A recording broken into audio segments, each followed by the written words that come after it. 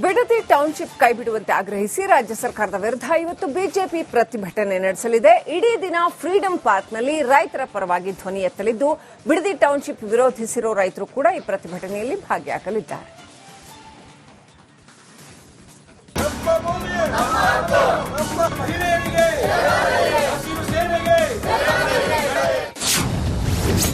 Bidadi township ಯೋಜನೆ ಕೈಬಿಡುವಂತೆ ಒತ್ತಾಯ. BJP ನಾಯಕರ ನೇತೃತ್ವದಲ್ಲಿ ರೈತರ ಹೋರಾಟ. ಬಿಡದಿ ಟೌನ್ಶಿಪ್ ಯೋಜನೆ ಕೈಬಿಡುವಂತೆ ಕಳೆದ 1.5 ವರ್ಷಗಳಿಂದ ರೈತರು ಪ್ರತಿಭಟನೆ ನಡೆಸ್ತಾ ಇದ್ದಾರೆ. ಇದರ ನಡುವೆ ಸಿಎಂ ಡಿಕೆ ಶಿವಕುಮಾರ್ ನೇತೃತ್ವದ ಸರ್ಕಾರ ಲ್ಯಾಂಡ್ ಅಕ್ವಿಜಿಷನ್ ಮಾಡೋದಕ್ಕೆ ಅಧಿಸೂಚನೆ ಹೊರಡಿಸಿದ್ದಾರೆ. ಬಲವಂತವಾಗಿ ಜಮೀನು ಪಡೆಯೋದಿಲ್ಲ ಅಂತ ಹೇಳಿರುವ ಸಿಎಂ 3 ಹಳ್ಳಿಗಳಲ್ಲಿ ಭೂಸ್ವಾಧೀನ ಪ್ರಕ್ರಿಯೆ ಆರಂಭಿಸುವುದಕ್ಕೆ ಅಧಿಸೂಚನೆ ಹೊರಡಿಸಿದ್ದಾರೆ.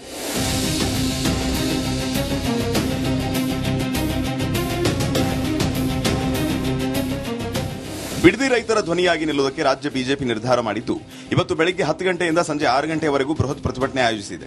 ಬಿಜೆಪಿ ಶಾಸಕರು, ವಿಧಾನ ಪರಿಷತ್ ಸದಸ್ಯರು, ಸಂಸದರು, ಬಿಜೆಪಿ ಪದಾಧಿಕಾರಿಗಳು ಈ ಪ್ರತಿಭಟನೆಯಲ್ಲಿ ಭಾಗವಹಿಸಲಿದ್ದಾರೆ.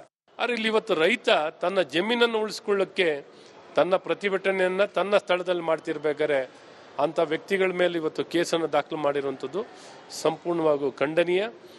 ಹಾಗಾಗಿ ಇದನ್ನು ಹಿಂದೆ ಪಡಿಬೇಕು ಅನ್ನುವಂಥದ್ದು ಬಹಳ ಸ್ಪಷ್ಟವಾಗಿ ಭಾರತೀಯ ಜನತಾ ಪಾರ್ಟಿಯ ಒಂದು ಒತ್ತಾಯ. ಹಾಗಾಗಿ ನಾಳೆ ಎಲ್ಲರೂ ಸೇರಿ ಫ್ರೀಡಂ ಪಾರ್ಕಲ್ಲಿ ಒಂದು ಪ್ರತಿಭಟನೆಯನ್ನು ದಿನವಿಡೀ ಮಾಡುವಂಥದ್ದಾಗ್ತಿದೆ.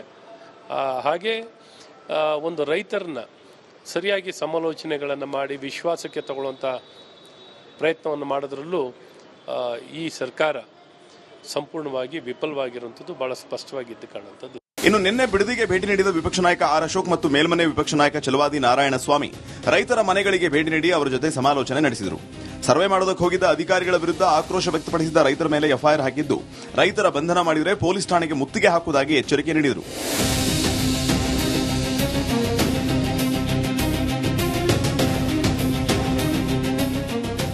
ಯಾವುದೇ ಕಾರಣಕ್ಕೂ ಬಿಡದಿ ಟೌನ್ಶಿಪ್ ಮಾಡೋದಕ್ಕೆ ಬಿಡೋದಿಲ್ಲ ಅಂತ ಸರ್ಕಾರಕ್ಕೆ ಎಚ್ಚರಿಸಿದ್ದಾರೆ.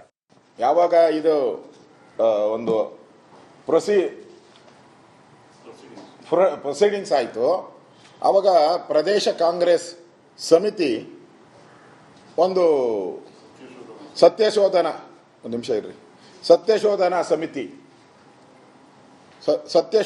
ಸಮಿತಿ ಅದರಲ್ಲಿ ಉಗ್ರಪ್ಪನೂ ಇದ್ರು. ಎಚ್ ಕೆ ಪಾಟೀಲ್ ನೇತೃತ್ವದಲ್ಲಿ ಸತ್ಯಶೋಧನಾ ಸಮಿತಿ ಆಗ್ತದೆ. ಏನೋ ಇದರ ವಿರುದ್ಧವಾಗಿ, ಈ ಟೌನ್ಶಿಪ್ಗಳ ವಿರುದ್ಧವಾಗಿ ಸತ್ಯಶೋಧನಾ ಸಮಿತಿ ಎಚ್ ಕೆ ಪಾಟೀಲ್ ನೇತೃತ್ವದಲ್ಲಿ ಆಯಿತು. ವಿರೋಧ ಮಾಡಬೇಕು ಅಂತ, ಏನೋ ಯಾವುದೇ ರೀತಿ ಅಕ್ವೈರ್ ಮಾಡಬಾರ್ದು ಅಂತ. ನಿಮಗೆ ಮಾನ ಮರ್ಯಾದೆ ಇದ್ರೆ ಕಾಂಗ್ರೆಸ್ ಅವರಿಗೆ ಬಿಡುಗಡೆ ಮಾಡಿ. ಬಿಜೆಪಿಯ ಪ್ರತಿಭಟನೆಗೆ ಬಿಡದಿ ರೈತರು ಕೂಡ ಸಾಥ್ ನೀಡಿದ್ದು, ಫ್ರೀಡಂ ಪಾರ್ಕ್ ಅಲ್ಲಿ ನಡೆಯಲಿರುವಂತಹ ಪ್ರತಿಭಟನೆಯಲ್ಲಿ ಭಾಗಿಯಾಗಲಿದ್ದಾರೆ. ಈ ಮೂಲಕ ಸರ್ಕಾರಕ್ಕೆ ಎಚ್ಚರಿಕೆ ನೀಡಲಿದ್ದಾರೆ.